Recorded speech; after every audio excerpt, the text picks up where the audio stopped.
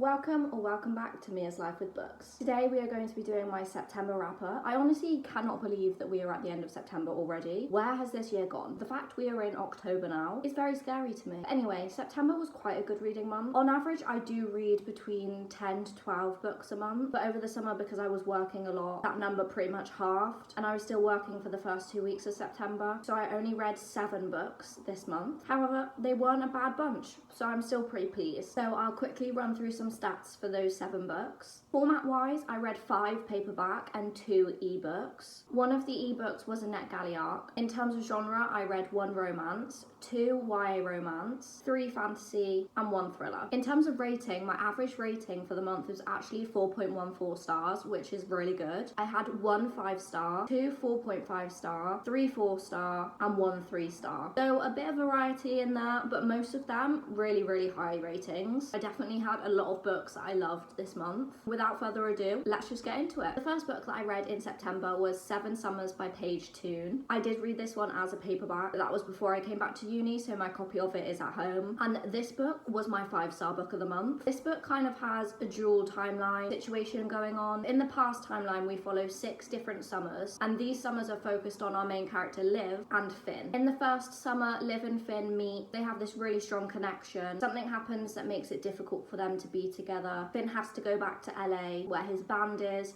and Liv needs to stay in Cornwall for her family due to what happened. However, they make a decision that every summer Finn will come back, and if they are both single, they will spend the summer together. So obviously those 6 summers kind of follow their relationship developing and what's happening in that relationship. And then we have the present timeline. We are introduced to Tom, and Liv gets to know Tom, and it kind of goes from there, which ends up with Liv having to make a choice. And I feel like that's a very basic summary, and I don't really want to say anything else because I didn't know much about this book at all going into it, and I feel like that made me enjoy it even more, going along with Liv on this journey, finding out what happened in the past and what's going on in the present. The main thing I will say about this book is that I sobbed. I sobbed for a good 30 pages or so, and I also cried a bit earlier on in the book as well. This book is an emotional one. It is a tearjerker, it is a heartbreaker, but it does also mend your heart, and it is also very beautiful. The past and present timeline situation that I mentioned, I think that worked really well, and it also added a bit of an element of mystery to the book, as we were trying to figure out what had happened to Liv and Finn to get them to where they were in the 7th summer. And I think once all the puzzle pieces fell together, it did really have an impact. So I think that was done really well. I absolutely love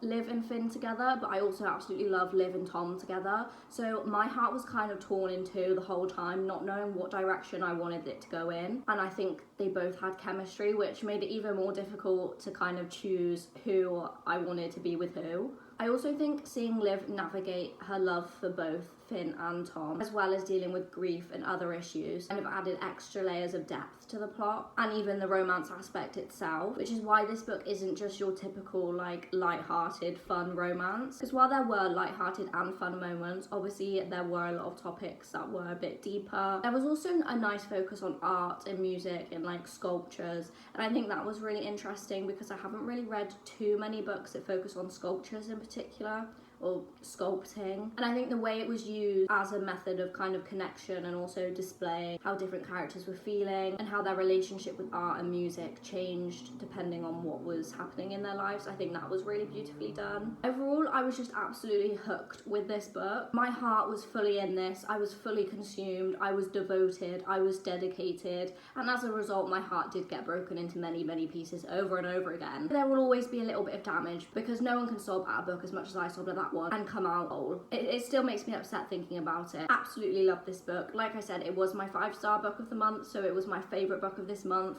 and I honestly could not recommend it enough. I don't even care that it's not summer anymore. Read it right now. Next, I read The Ordeals by Rachel Greenlaw. This was the NetGalley arc that I had, and it does come out on October the 7th. So definitely make sure you go add it to your basket because it is so worth it. This book follows our character Sophia, who is bound to her uncle, the Collector, and she will do anything to escape from him. Sophia hears of this elite academy for magic called Kilmarth, and she thinks this is the perfect chance to finally escape from her uncle. However, to to officially become part of Kilmarth, you have to go through a set of trials called the Ordeals, and these are brutal challenges that are hard to survive. Not only does Sophia have to survive through these ordeals, but someone in their cohort is picking off these hopefuls one by one. So we've got a bit of a mystery element going on. We've obviously got the fantasy element with the magic and the trials, got a bit of a romance going on, and also a lot of found family and friendship, which I always enjoy. Without me even going into my thoughts, I feel like you can tell that this has a recipe for a great fantasy book, and it really delivered. I did end up giving this one 4 stars. I think the magic system was super interesting. They had 4 different branches of magic that all did really unique and interesting things, and I think the more we went through the plot, there were more layers added and more things revealed about that magic system, which I think was really interesting, as it showed that there was a lot more depth to that system than you would have originally thought. I always love the trials trope, and I really enjoyed the trials in this. I think the ordeals were really fun and really thought out. They each had like different levels of adventure and danger and stakes added to them, which definitely switched it up a bit and kept you on your toes, not really knowing what to expect. They also had a bit of a pairing system where you wouldn't necessarily go through as an individual, but you would be paired to someone for each ordeal, which I thought was really interesting, as we don't usually see that. So I thought that was unique, and it actually worked really well, and it definitely allowed for a kind of unique way of allowing our love interests to kind of get to know each other and develop their relationship. And as mentioned, the friendships and the found family was so good. I actually felt so connected to all of the characters and the friendship and bond that they had. Can't wait to see more of them in the upcoming book. And speaking of the upcoming books, that ending,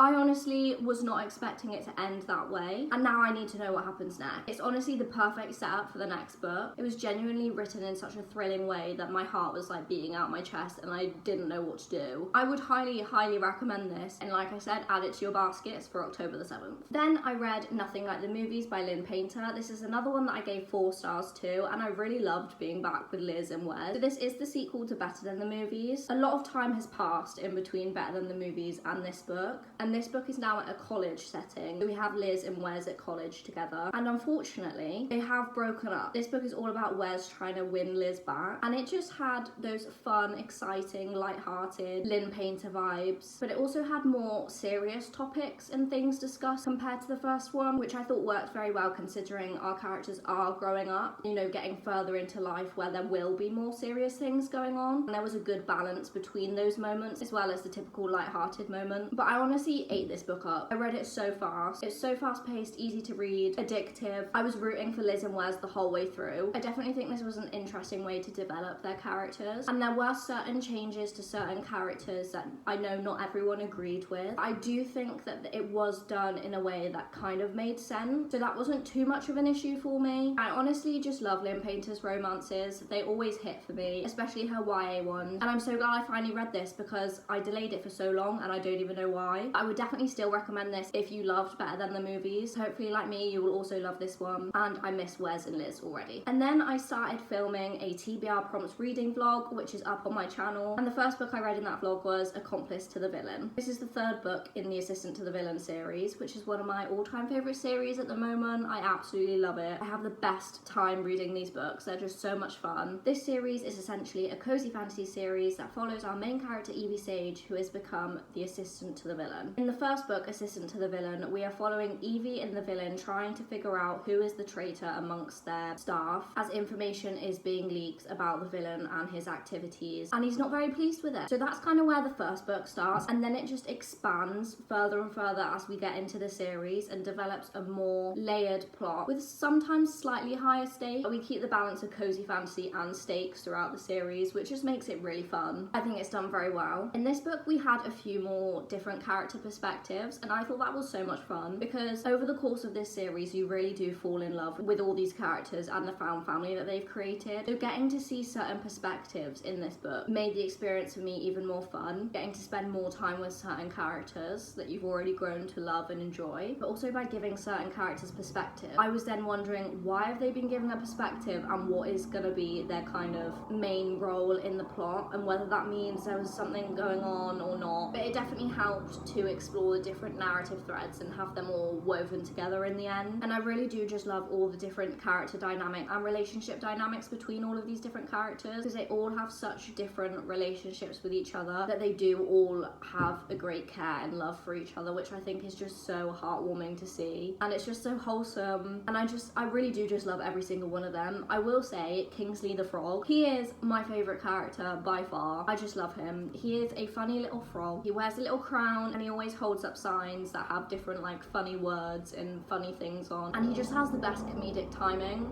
He'll just say the most random things with his little signs in the funniest moments, and it really does make me giggle. And I also liked how we did have a focus of Kingsley in this book. Felt like he came more to the forefront, which as a Kingsley stan, I appreciated it. As usual, the banter between Evie and the villain, top tier, and I love seeing how their relationship has developed over the series. Another thing this book does really well is the shocking reveals and twists. They always catch me off guard, and I always think they are done so cleverly, and they always leave me needing the next book immediately. So overall, I absolutely love this one. I gave it 4.5 stars, and if you haven't read this series, you need to read it because it is honestly just perfection. Then I finally read The Prison Healer by Lynette Noni. I am so glad I finally read this one. It was so good. It was everything people said it was and more. It honestly did live up to the hype. I did only give this one 4 stars, and to be honest, it was probably a 5-star prediction for me, but 4 stars is still a very good rating, and I still did really love it, and I cannot wait for the next book. It's sat on my shelf and it is so tempting to pick it up. I will be reading the next one very soon, and I do feel like the next books have the potential to be a 5-star for me. But if you haven't read this series follows our main character Kiva. She is, of course,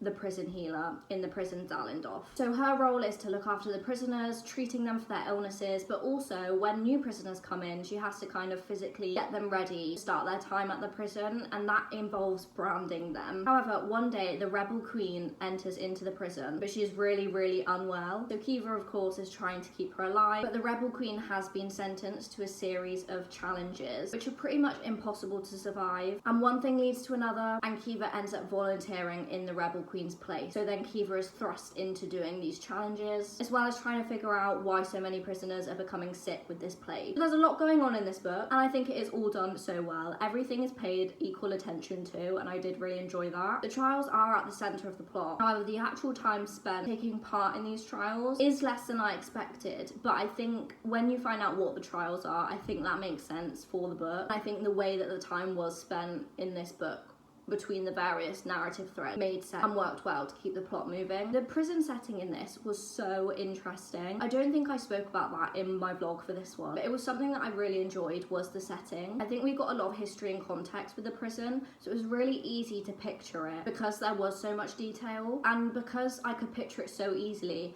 that just made the atmosphere that much more tense. It was just such an atmospheric setting, and I think that was one thing that was done really well in this book. The ending, that was a fast ride, and it was a wild one. I have been told that there was a big cliffhanger, a big twist at the end, but for some reason I didn't expect it to be that crazy. I didn't expect to be absolutely mind blown, which is why I need to read the second book so soon. I still have no words. Absolutely love this, can't wait to carry it on, and I think it's just going to keep getting better and better. Then I read The Ghostwriter by Julie Clark. This book was so much better than I was expecting. To be fair, I had semi-high expectations anyway. I did enjoy it so much more than I thought. I knew I would enjoy it, but I absolutely loved it. But this book follows our main character Olivia, who is a ghostwriter, and one thing that the people in her life do not know is that her dad is a famous horror author who was suspected of unaliving his siblings. Olivia doesn't really have a choice but to accept the offer her father makes of ghostwriting his book. She turns up expecting it to be another one of his horror novels. However, it is a memoir of his life leading up to the brutal unalivings of his siblings. So naturally, the whole book I was trying to put all the pieces together from what we were being told, not knowing who to trust, not knowing what was fact, what was lies. It was all so unreliable and so hard to try and figure out what the true story was, but I had the best time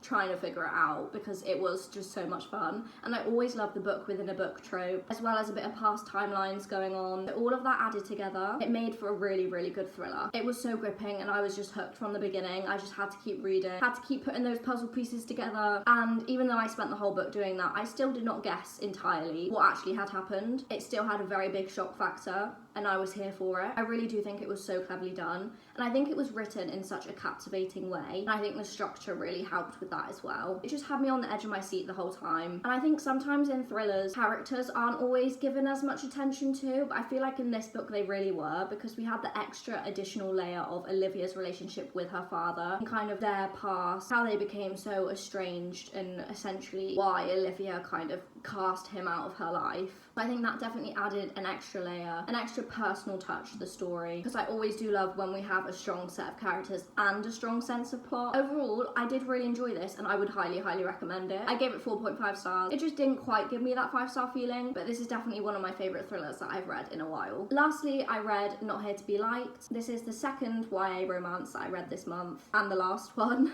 This follows our main character Eliza, who is on the school paper, and all she wants is to be the editor-in-chief. She thinks she's got it in the bag, as she is the only one running for it, until Len, another member of the school paper, suddenly decides to also run for editor-in-chief. And guess who gets it? Len. Naturally, Eliza is not very happy, and she will do anything to get that title back. I have read this book in a vlog, and that will be next week's vlog. I won't give too many thoughts on this one, just because that vlog hasn't come out yet. But I will say, I think the feminism aspect of it was probably my favourite part of the book, and I think it kind of let me down in other aspects. I did end up giving it 3 stars. So I think you can kind of tell where my thoughts are surrounding that. I enjoyed it. I thought it was fun. It just wasn't anything too special for me, and I will go into those reasons in the vlog. If you want to know more, stay tuned for Wednesday's video. What I will say though is I would still recommend it if you like YA romance, especially if you are interested in feminism and books that talk about that. Other people may enjoy it a lot more than I did. It just didn't really click with me, but I would definitely recommend it to that audience. I wouldn't say I disliked it, just wasn't anything too special. So those were the 7 books that I read in September. Like I said, I think it was a good reading month overall, and I am quite pleased with the books I read. I'm looking forward to another great reading month in October. I've got some exciting reading vlogs planned, and of course it's spooky season, so I'm looking forward to getting into some good thrillers as well. And as mentioned, my favourite book of the month was 7 Summers by Paige Toon. If you got this far into the video, comment below what your favourite book of September was. Also let me know if you've also read any of the other books that I read this month. Thank you so much for watching. If you enjoyed, please do give it a like, and even possibly subscribe if you want to see more videos from me. And hopefully I'll see you in the next one.